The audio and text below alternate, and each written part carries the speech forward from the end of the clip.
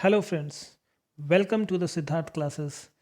Today we'll be studying in the same topic from 10th history, chapter number 2nd, and today we'll be studying the unit 3rd towards the civil disobedience movement. In previous two units, we have studied about what does nationalism means, the the First World War, Khilafat, and non-cooperation movement. And so first, we understand why did Gandhiji stop non-cooperation movement just because of the violence? Because at some places, and particularly at Chori Chora in Gorakhpur, the violent clash with the police. So when and the Gandhiji was in the favor of non-violence, so he stopped or call off the movement. This was the main reason. So now today we are going to start the third unit towards the civil disobedience movement.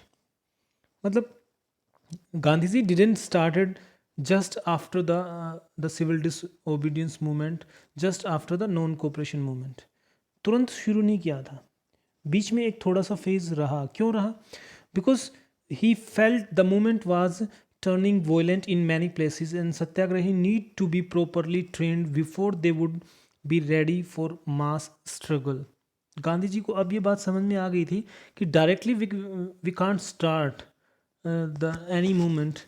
First we have to train, थोड़ा सा train करेंगे because it was seen in the non cooperation movement, peoples were not trained, so they took the swaraj according to their own ways. The same way, the peasants took their own way and tribals अपने तरीके से handle किया. जो जो plantation workers थे उन्होंने अपने तरीके से स्वराज को समझा, और जिसके कारण वो फेलियर सिद्ध हुआ जो हमारा मूवमेंट था वो. तो अब की बार the Gandhi ji wanted to train the सत्याग्रही.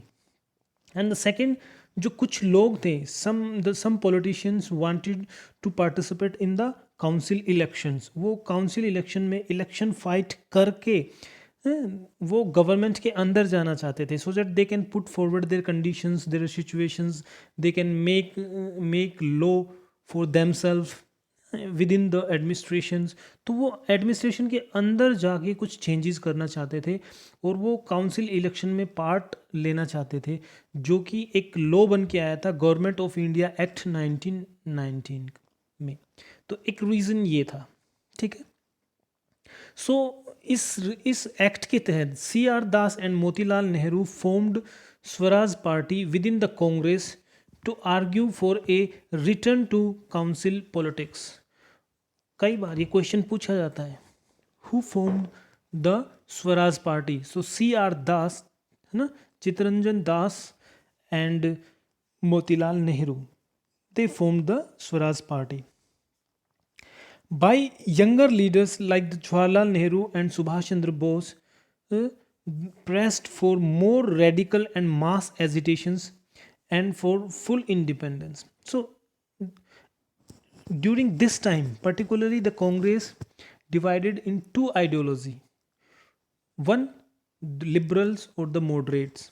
वो थोड़ा सा इस चीज़ में विश्वास रखते थे कि हम सिस्टम के जो जो जो कॉलोनियल गवर्नमेंट है वो एज इट इज़ रूल करती रहे.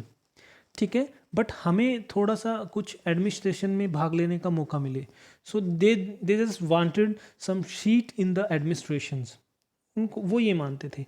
और जो हमारे रेडिकल्स थे, ठीक है, जो उग्र उग्र विचारधारा के थे, उनकी आइडियोलॉजी ये थी कि बहुत थोड़ा सा इंटेंशली एजिटेट होके और कुछ मूवमेंट्स चला के हम इंडिया को कम्प्लीटली इंडिपेंडेंट कर सकते हैं.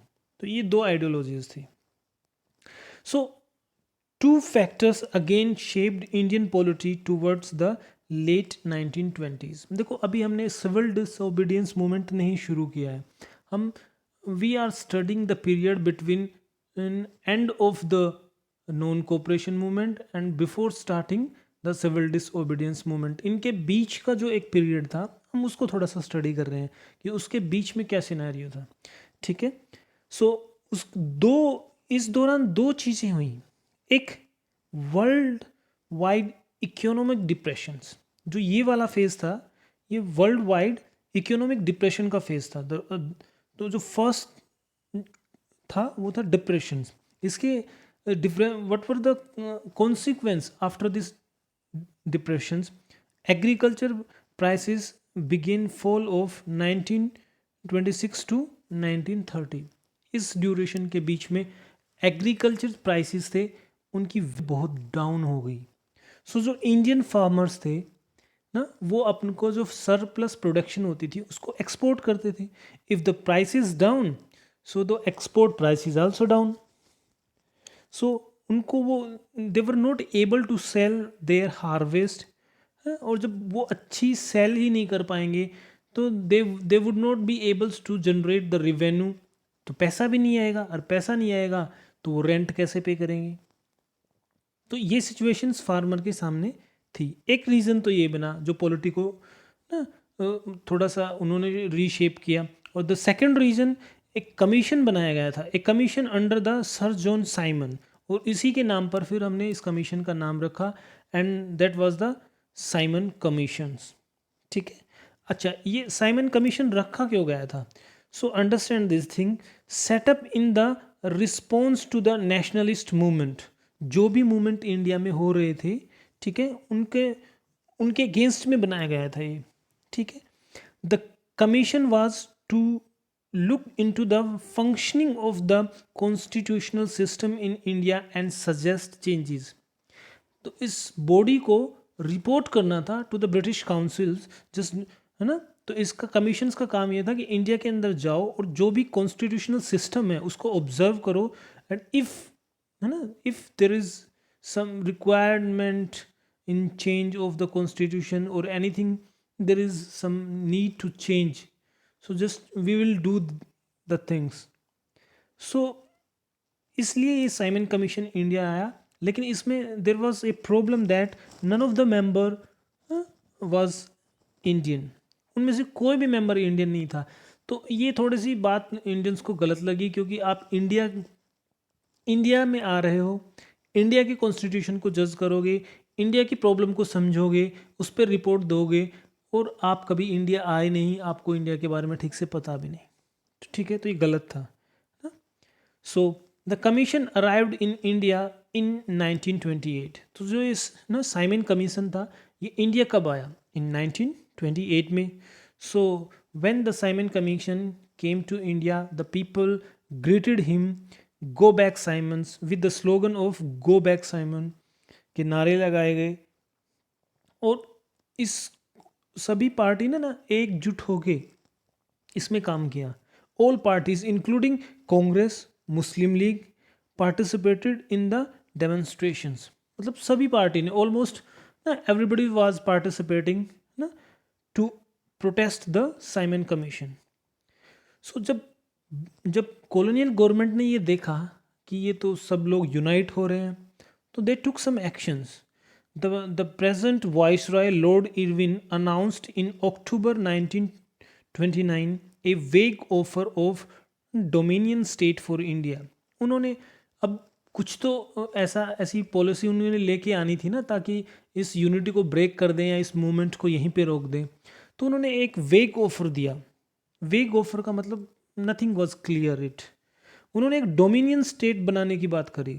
डोमिनियन स्टेट क्या होता है? मतलब हेड तो हम ही होंगे, द टॉप मोस्ट पोजीशन होगी ना वो तो ब्रिटिशर्स की होगी, आप नीचे एज ए सपोर्टिव काम कर सकते हो, ऐसा आपको कंट्री बना देंगे हम। सो एक तो उन्होंने डोमिनियन स्टेट की बात की, और दूसरा a round table conference to discuss a future constitution. और उन्होंने कहा कि आप सब लोग आओ, राउंड टेबल कॉन्फ्रेंस अटेंड करो। ये राउंड टेबल कॉन्फ्रेंस एग्जैक्टली है क्या?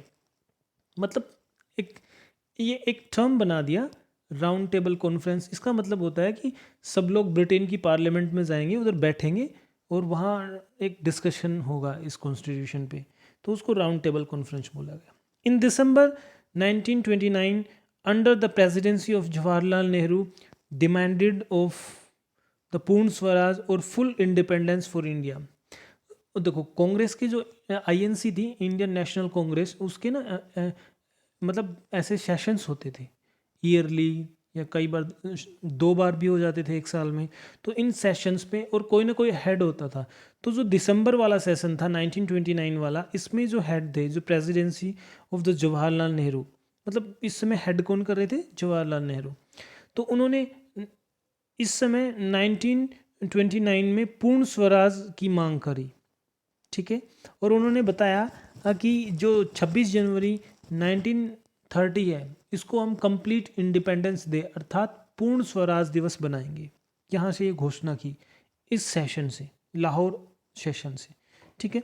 बट ये जो पूर्ण स्वराज दिवस मनाने की बात हुई, इसने कोई खास इम्पैक्ट नहीं डाला लोगों पे। Means this activity didn't attracted a lot of people. So अब गांधी जी को ये बात समझ में आ गई थी कि अब ना I had to take different actions और टू स्टार्ट अनदर मूवमेंट। तो गांधी जी को कुछ अलग से करना था। तो अब वो कुछ अलग से करेंगे। क्या करेंगे? The salt march and the civil disobedience movement. तो Gandhi ji found in salt power symbol that could unite the nations. Gandhi ji को नमक में कुछ एक ऐसी पॉसिबिलिटी दिखी that it can unite the whole nation. How? Because salt एक ऐसी वस्तु है जिसको आइदर यू आर रिच और पुअर और मैन और वीमेन, एवरीबडी कंज्यूम इट, सब लोग इस्तेमाल करते हैं। एंड एक रीज़न तो ये था। दूसरा ये रीज़न कि manufacturing salt is a monopoly, मतलब only Britishers can manufactures the salt. And the third thing, they implied a lot of taxes on the salt. So just Gandhiji want to reveal the oppressive face of the Britishers. वो Britishers का जो चेहरा था उसको दिखाना चाहते थे कि कैसे मतलब ना वो एक्सप्लॉइट कर रहे हैं और they are taking the advantage of the situations. तो उन्होंने नमक को एज ए सिंबल पकड़ा। On 31st January 1930 he sent a letter to the viceroy and stating 11 demands. उन्होंने जो जो वायसराय थे उस समय, लॉर्ड ना इरविन, उनको 11 डिमांड्स का एक लेटर लिखा। उसमें 11 डिमांड्स क्यों थी? क्योंकि देखो Gandhi ji wanted to unite the peoples. So अगर वो एक ही डिमांड कर देते तो एक ग्रुप ही उनसे अटैच होता। उन्होंने कुछ 11 डिमांड्स रखी, मतलब कुछ तो जनरल डिमांड्स रख दी जो सबके कॉमन की थी, और कुछ जैसे किसी बिजनेसमैन के अकॉर्डिंग इंपोर्ट एंड एक्सपोर्ट पे कोई बात रख दी। ऐसे करके उन्होंने हर एक ग्रुप की बात इसके अंदर रखी, so that the all peoples can unite together. तो 11 डिमांड्स उस लेटर में लिख के it was posted to the Lord Irwin, है ना। तो इरविन को पोस्ट किया एंड साथ में एक अल्टीमेटम भी दिया, if the demands were not fulfilled by 11th March, so we would launch the civil disobedience movement. And this time the Irwin was not in the negotiation mode, so उसने कोई ध्यान ही नहीं दिया इन सब चीज़ों से। So Gandhi ji, according to the, as he mentioned in the letter, on 12th March 1930 he started salt march with 78 volunteers के साथ मार्च करते हैं साबरमती से जो दांडी जो जगह होती है गुजरात में, वहाँ तक। On 6th April he reached Dandi and ceremonially violated the law and manufacturing the salt by boiling water. As a symbolically he boiled the water and manufactures the salt. And this time, if we understand, during the non-cooperation movement, the people just boycott the things and didn't support any administration work. But this time the people started breaking the law. उन्होंने rule को तोड़ना शुरू कर दिया। अब की बात stop और बॉयकॉट से आगे की बात थी। They started breaking the law. So इस ब्रेकिंग द लॉ में क्या किया, बहुत सारे जो मैन्युफैक्चरिंग कंपनियां थी, they started making the salt low, the salt, उन्होंने साल्ट बनाया ना। और जो जो साल्ट कंपनीज थी already they were manufacturing the salt for the Britishers ना, उनके सामने धरने दिए गए। जो फॉरेन क्लोथ से उनकी होली जलाई गई ना, they set on the fire and the picketed the liquor shops, ऐसे बहुत सारे डेमोन्स्ट्रेशन हुई। ठीक है, ये सब चलता रहा। तो अब इतना सब कुछ तो हमने किया, सो क्या will they sit quietly? No. So how did the government respond? तो गवर्नमेंट ने कैसे रिस्पोंड किया? So the colonial government began arresting the Congress leader one by one. So when they saw the movement is spreading, they start picking up the Congress leaders one by one. This led, और जब local लोगों को ये पता लगेगा कि दे वर arresting there leaders, this है ना, तो होगा क्या, दो वो एक दूसरे में क्लैश होगा। तो this led to the violent clash in many parts, तो काफ़ी जगह पर ये थोड़ा सा लड़ाई झगड़ा अटैक ये शुरू हो गया। In April 1913 one of the disciple of the Mahatma Gandhi Abdul Ghaffar Khan was arrested. इनको अरेस्ट कर लिया गया और एक महीने के बाद गांधी जी को भी अरेस्ट कर लिया गया। You can say in the May the Gandhi ji himself was arrested. So जब गांधी जी अरेस्ट हुए तो जो शोलापुर के वर्कर्स थे, they attacked on the police station and the municipal buildings, court, railway station, anything that is related to the British है ना empire, they started broking it और attacking it. ये सब हो रहा था। सो इसके अगेंस्ट में the Britishers, the peacefully satyagrahis were ना attacked, the womens and childrens were beaten and about 1 lakh peoples were arrested. इन सब इस क्लैश के दौरान उन्होंने अटैक भी किया, फायरिंग भी करी, वुमेन्स और बच्चों को पीटा भी गया और 1 लाख के आसपास सोल्जर्स को लोगों को अरेस्ट भी कर लिया गया। तो अब गांधी ने सोचा कि ये बहुत बड़ा और ये अटैक हो गया है और बहुत बड़ी अरेस्टिंग हो गई है।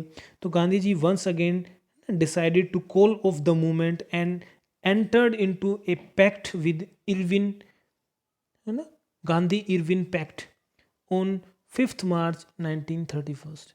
कई बार ये क्वेश्चंस एग्जामिनर 1 मार्क्स में पूछता है। So remember this date, when did Gandhi Irwin pact signed? So we can understand 5 March 1931 को गांधी इरविन पैक्ट साइन हुआ। और इसमें था क्या, इसमें एक बात थी, the Gandhi ji would attend the round table conference. Second, the government agreed to release the political prisoners, जो 1 लाख लोग पकड़े गए थे और जो कांग्रेस के बड़े बड़े लीडर्स उन्होंने अरेस्ट कर लिए थे उनको वो फ्री कर देंगे। So in December 1931 Gandhi ji went to London for the conference. 1931 में गांधी जी लंदन चले गए राउंड टेबल कॉन्फ्रेंस को अटेंड करने के लिए। व्हेन ही रिटर्न्स डिसअपॉइंटेड, मतलब it was not fruitful, the outcomes of the round table conference no were good. So Gandhiji denied all them and returned disappointed. So when he came to India, what he saw, the Ghaffar Khan and Jawaharlal Nehru were both in jail and the Congress had been declared illegal. मतलब कांग्रेस को तो illegal कर दिया था और जो big leaders थे वो जेल के अंदर थे। So Gandhi ji again started the movements, the same protest, demonstrations, boycott, he did everything, but the movement continued, but by 1934 it lost the momentum. मतलब इसने भी मोमेंटम खो दिया, मतलब इसमें कोई खास वो वाली जोश नहीं रहा इस मूवमेंट में भी। सो इसमें हमने समझा कि कैसे सिविल डिसओबीडियंस मूवमेंट शुरू हुआ, व्हाट वर द कंडीशंस। देखो इस चैप्टर के अंदर 2 ही मूवमेंट हैं, non cooperation movement and civil disobedience movement, and both we have studied and tomorrow will continue with the participants on the civil disobedience movement. So thank you very much for watching this video.